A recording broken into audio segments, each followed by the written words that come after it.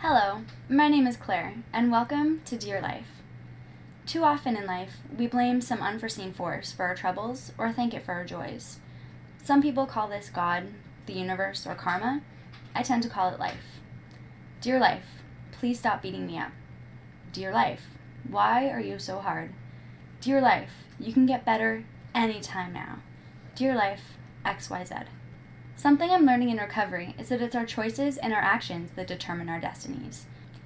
Yes, some things do happen to us because of random reasons, like God, karma, or the universe. But most of the time, it's through living our lives the way that we choose that determines what happens to us. Thus, I've entitled this Dear Life, so that I can further explore the impact that I have on my own life. Maybe through this approach, I can make better decisions and have a happier life, whatever life decides to throw at me. So a little more about me.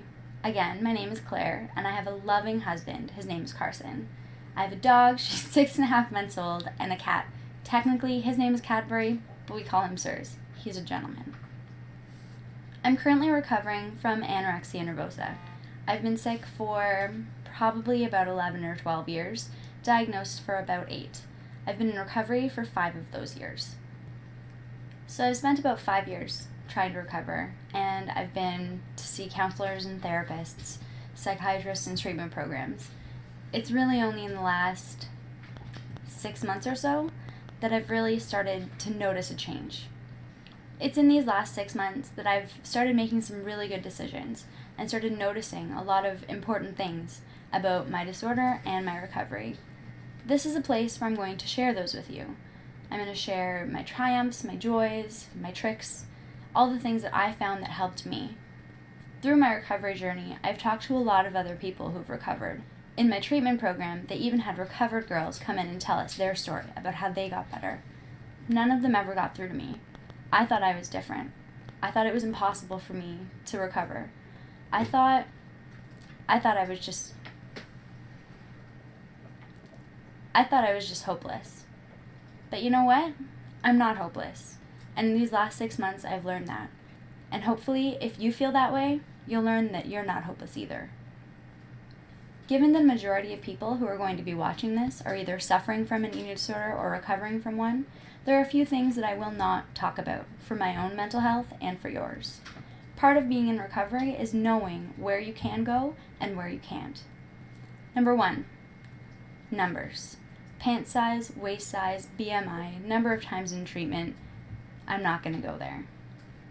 Habits from when I was sick. Things that I did, rituals I had, things that I would or wouldn't eat. I'm not going to go there either. Treatment length or location. It doesn't matter. The causes of eating disorders. It may sound a little silly that that's something I'm not going to talk about, but a psychiatrist once gave me an excellent metaphor. Imagine that you are in a house. The house is on fire when you wake up. What do? Do you sit around and say, I wonder how this fire started?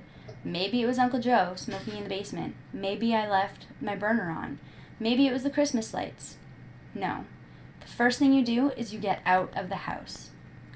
Your body and your house is on fire. Why are you stopping to ask why? Get out of the house and then figure out why it's on fire.